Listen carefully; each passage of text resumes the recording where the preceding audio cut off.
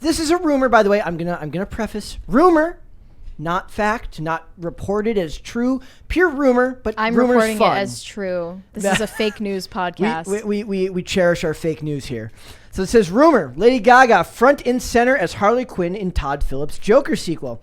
Basically, the idea here is like it's kind of like it's the skit, you know. It's like guys are out having fun, doing their thing, and women are like, "We want to come along. We want to be part of the fun." You just can't leave the dudes alone. So we're going to have to girl boss this movie because are they doing a girl bossification on Joker? Sorry, my favorite suburban dad saying we have to girl boss this. No, what I'm saying is that this should be left in the man cave. In the, you know, if you're the suburban dad, you have a man cave. Leave Joker in the man cave. Don't take it to brunch. Leave it off of brunch. You're mad. I'm This kidding. is the same reaction when you tell Brett we have to go to Target. He freaks out. He's like, not that place. Actually, I love Target, so that doesn't count. You're wrong. My favorite Wrong. suburban dad. So the real star of Joker 2 might not be who we expected it to be, according to a new rumor. Things have come out prior to the sequel dubbed Folie, which again means shared delusion, if I remember correctly. And a lot of people believe that what this is going to be is it's going to be how Harley Quinn experiences things with the Joker, which is why it will be a musical shown through her eyes. If they do this properly, it should be an extremely hyper-violent movie, all toned to like scores of music as she sings. A bloody dark comedy Yes. musical. It sounds intriguing, and it's also breaking from the mold the same way that the first one did as a character study instead of a traditional comic book inspired What kind of music? superhero movie. That is a very good question as to what my guess is. They would use Like, Broadway type stuff. but like, are we going sort of more 70s? Are we going more like ragtime? Like, I would like to posit that this concept of a murdery musical could work, but it lives and dies with the thematic choice. Oh, of music. absolutely. No, absolutely. If it's too boring, then the illusion is lost. But if it's kind of like a weird choice, What if it's sort of like an In the Heights hip hop inspired? No. So funny. I was being serious when I said ragtime. Like, I feel like having some like weird old-timey rendition that's sort of pop would As long be as they Based on the teaser silhouette clip that Lady Gaga posted, it seems like it's more going to like be that vibe. So it says, apparently Joker 2 isn't so much a Joker movie, it's a Harley Quinn movie, Clement said. It's from Harley Quinn's perspective, and the reason it's a musical is because this is how she perceives her relationship with the Joker. I think that's poor wording. It could be. So it says, when his ex-co-host Nick Mason queried, he said, like a romantic musical, Clement replied, exactly, which confirms to a degree much of what we've been hearing, sharing with you. So I want to go into the second article now and just go straight into the... so the idea here is that it's a Joker movie, but because it's 2022, it can't be a Joker movie. It has to be... a girl boss movie because you can't leave anything alone today. Am I wrong?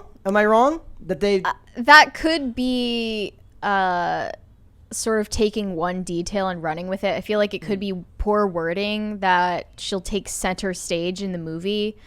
And is every I guess I don't know the full definition of girl boss. Is every movie that's female led a girl boss movie? Now it is, yeah. I'm just turning it I into mean, colloquial. just because it's funny to me, let's say anything whammon is woke now. Yes, it no, is. anything whammon is girl boss. Hilarious. because No, and I think that's part of it. I But love I'm being wondering- reductive. for the fun of the stream. Yes. I want to talk about this second Also, article. I guess I don't understand. Like, is she taking over his empire? Like, how is she girl bossing to the top of crime?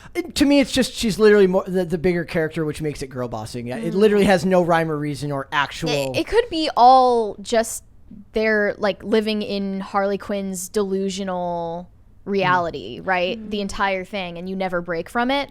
So this is the other article that talks about the criticisms directed at Joker, which, if you read carefully, thank you, are actually just the critics are like, we're going to make those criticisms heard. If it's the last thing we do, nobody listened the first time around, so we're going to try again. Yeah, the marketing for the 2019 film was insane, like swamped with It's going to cause an incel revolution. Going all the way up to a straightforward incitement of violence Yep. from journalists, So it says, basically. upon the release of the first film, critics were quick to point out flaws in many aspects of Joaquin Phoenix's movie, ranging from minor complaints to proper mass disapproval. No, if by mass disapproval you mean a bunch of loser critics online, then yes, mass disapproval.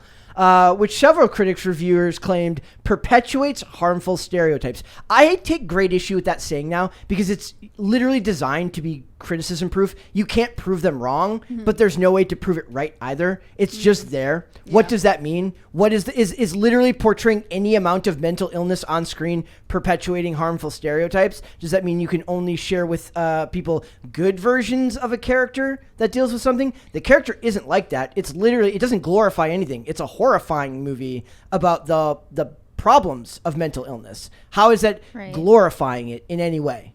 It literally shows that he is disconnected from reality and he has a valorized image of himself in his own mind. Exactly. It says, however, Joker was admonished for a particularly controversial aspect that many fans of the story have debunked and argued against. It concerned the treatment of the women in this film. This was never an actual argument. Ever. Nobody cared.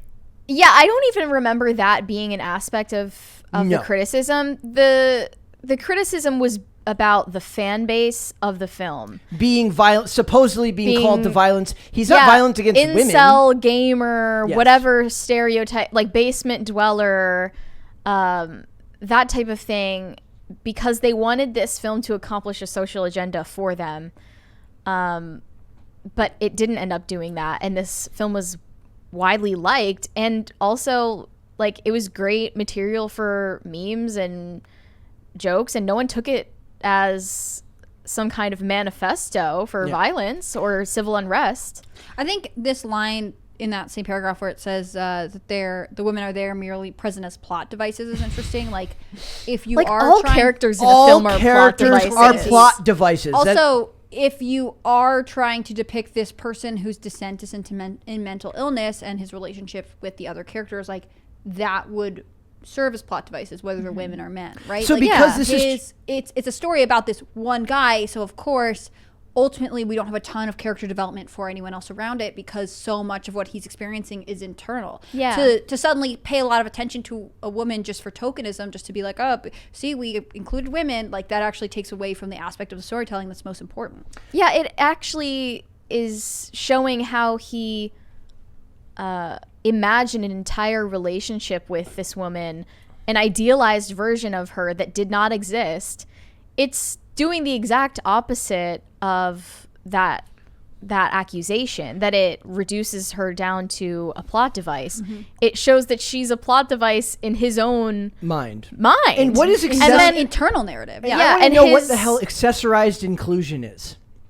Is there a non-accessorized version of inclusion? They're accusing Joker of this, but actually every major picture that comes out right now does this with any representation of minority groups, right? How many DC Marvel movies could we apply accessorized inclusion to? Well, I think all of them. It's only allowed if you're the good guy and the main character and the focus of the film. It's not the Little Mermaid is not accessorized inclusion. It's just inclusion. It's interesting because he has a troubled relationship with his mother in the film and ends up smothering her while she's in her hospital bed. But equally, they show that he has an estranged relationship with his father, or at least who his mother lied to him about who his father was. Yeah, like lied to him about who his father was. So I don't see how that's gender specific. It's just showing that he's a troubled person with no close relationships and he's detached from reality. Also, this article constantly conflates fans with critics because no fans were making these complaints. This was universally coming from incredibly popular. The critic side of things. Also, I want to point out, just because something is a stereotype, why can't that be shown on screen? Everything is a stereotype of something, essentially. I think what they're saying are the options we either didn't like the stereotypes you're portraying. Like, the fact that this film was popular for the reasons that it was is upsetting because it leaves the cultural narrative that we are supposed to not want to, like, you can grant understanding to all kinds of people, but not to incels or not to certain groups, right? They are just too lost. They're too far gone. We can't try and depict them in popular culture, especially in a way that might engage the audience. People might want to go to see this movie. Yeah, any attempt to depict isolated men, especially young men, especially young white men. Yeah, it would young annoy white them men that it worked out, that people liked it. Yeah, it's reduced down to valorizing them every time when that's the exact opposite of what this film accomplished. By making Lady Gaga's character the central protagonist, fans would welcome a fresh outlook and a new story. Then make your own movie. That's exactly what... Then make your own freaking movie. By the way, she's not... And your own character. They're not protagonists. Might I introduce this as a prime example of my sequels are bad policy, right? No, girl... Especially if the first movie is good and widely liked, leave it alone even more. And you can have a separate movie that touches on the Joker character and things like that, but like...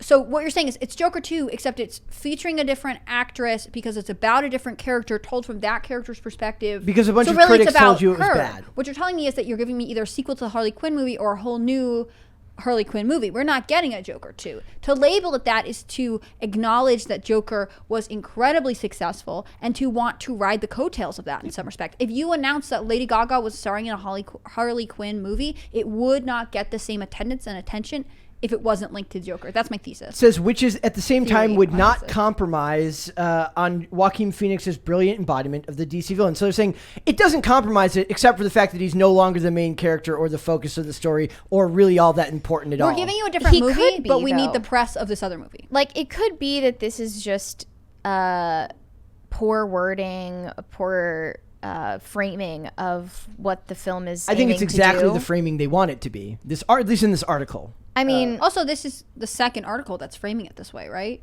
Yeah, the first one. Yeah, the first one. this is like over categorizes- 2 years until the scheduled release of the film. We don't know how it's actually going to turn out or what landscape the film industry is going to have by then, except for the safe assumption that it's probably going to be worse in all of these respects, like endless sequels, endless spin-offs, everything derivative, and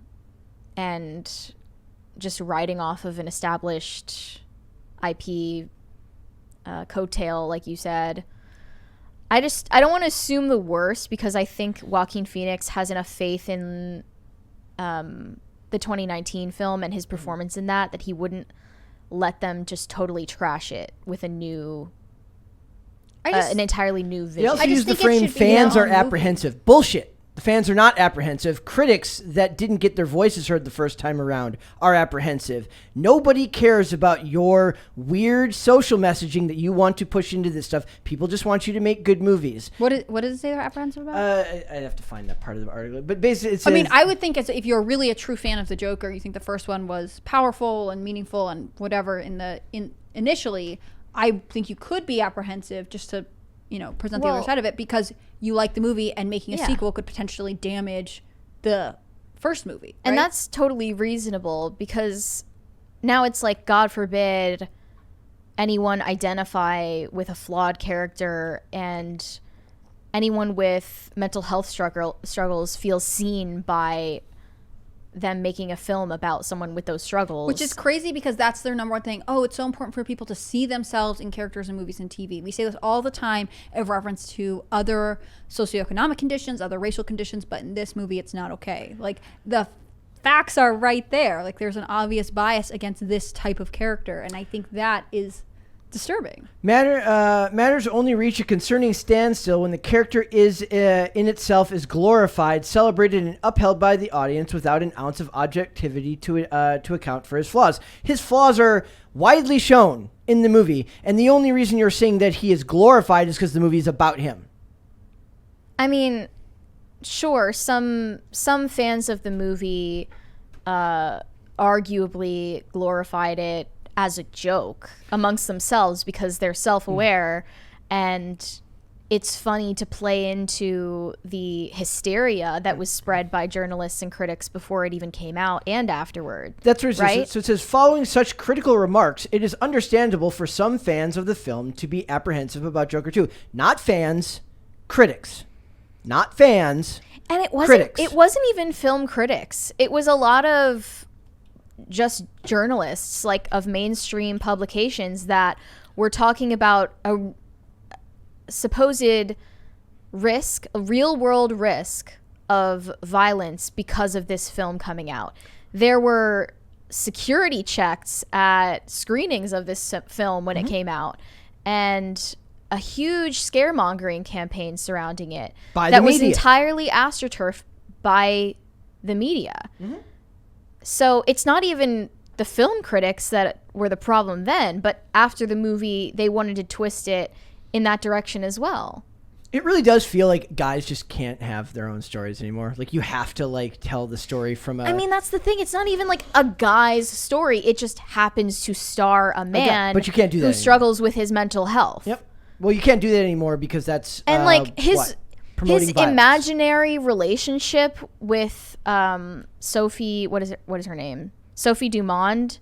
Yes. His imaginary relationship that is eventually revealed to have been in his own delusion the entire time. It, like, how does that use a woman as a plot device when it openly shows you in the film that she did not exist? And any character, if you're not the main character, is a plot device. All characters orbit the main character. Yeah. Especially if you the movie's named after the character. Every single character and all of their intricacies and flaws and strengths. It's a movie named about the character. Yeah, and the movie is about one not person. His relationships with other people, but his relationship with his own internal psyche. Like, this woman, the relationship that they have isn't even real. He makes it up in his delusion. Like, this movie is about internal conflict. We don't need to be like, well, she doesn't get enough of a subplot. I don't understand. Like, and it's the violence is not exclusively against women in this film. It shows a lot of violence, I think, especially against men. The stockbrokers and Murray and Murray, like, all of them, like, yes. I read this stuff and I'm like, they just won't leave anything alone. You can't have nice things. We can't have nice things anymore. You're not allowed. We can't even have mediocre or serviceable things anymore. Or at least it feels that way. It feels that way to me. So my interest is, to be fair, this is an article. The movie is, like you said, 2 years away.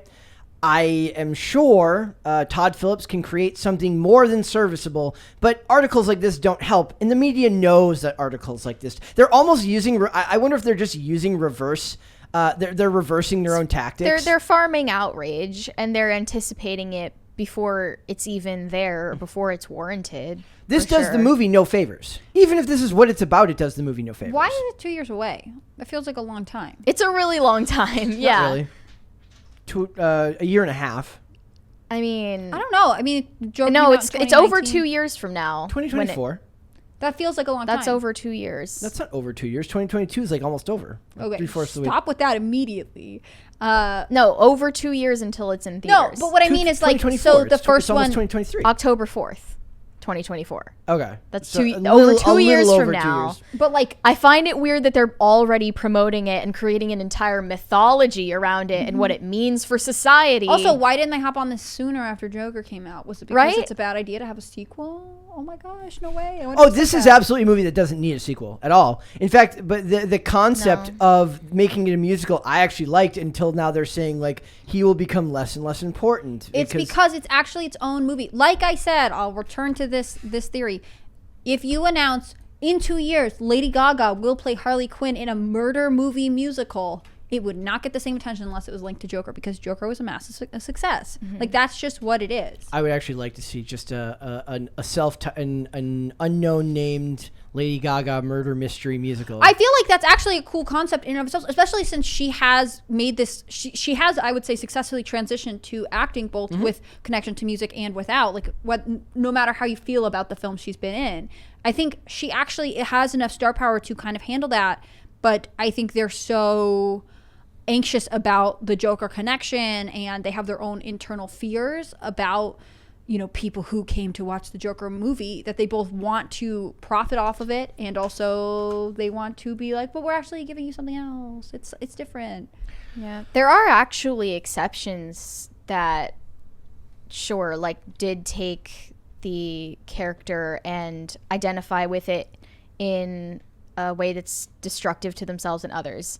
Like, I don't remember all the details of it, but there was was there not a shooter that we have attacked a movie theater back after when the Dark Knight Rises when came the out? Dark Knight Rises came out. That's a famous case. And then also we just saw that a Joker impersonator from St. Louis got sentenced to 60 days in jail because he live streamed on Facebook threatening to hurt people while he was in costume as the Joker in 2020. That was like very shortly after the 2019 film that came out in October 2019. Yep. So he introduced himself as the Joker on the live stream. He openly threatened to kill people in his close vicinity. Thankfully, nothing actually happened. He was not armed, and he likely was just in a very troubled mental state. And identified with that character. He identified with that character for that reason, but Well, that maybe makes now him if an it happens- exception, not a rule. Maybe right? if it happens again, he'll just make a musical rather than make threats. Maybe he'll just sing next time around. And I think that he was well-meaning. The guy in this case. Yeah, like I think he was just very detached from like how other people were perceiving him. He said that this was like his attempt to bring awareness to like the mental health crisis and like opiate addiction or something. Like he does have a criminal record, yes, and he's a troubled individual, but like why does that make him or other rare exceptions representative of every fan of the film who I may have identified with certain aspects of this character? I think stuff like this will stop a movie from getting made. No. I mean, if this didn't get enough issues. If there had been a tragedy, do you think it would have stopped? I don't think it would. I think these properties are worth too much money to stop them from getting made. I think that's what they wanted to happen. Yes. Oh, absolutely. I think that would have given them more. I mean, all publicity is good publicity is like, I'm not sure I agree with it, but that is how they operate. And I think they were looking for some bad publicity, and they were looking for some danger and controversy to surround the film. Yep. Well, I think the media did it because the media didn't like the narrative of the movie. They all but incited or Yes. completely... I don't think the studio wanted that. I think the media wanted that because the media didn't like the narrative around the film. Yeah, I think the studio kicked the media out of the premiere. Some people suspected that they would actually craft an entire hoax attack or threat on people seeing this movie. Like, it was a very big thing at the time. Proves to you how ridiculous our culture is now. Yeah. I think ever since COVID happened, people forgot about, like, certain, cultural touchstones that happened right before it, and that was one of them. Proves to you how ridiculous the world we live in now is, that this is a matter of controversy and that the real world implications happen for stuff that's clearly fictional. It boggles my mind sometimes. So, thanks for watching this clip, guys. If you want to see full episodes or follow us on social media, links are in the description below. Bye. Bye.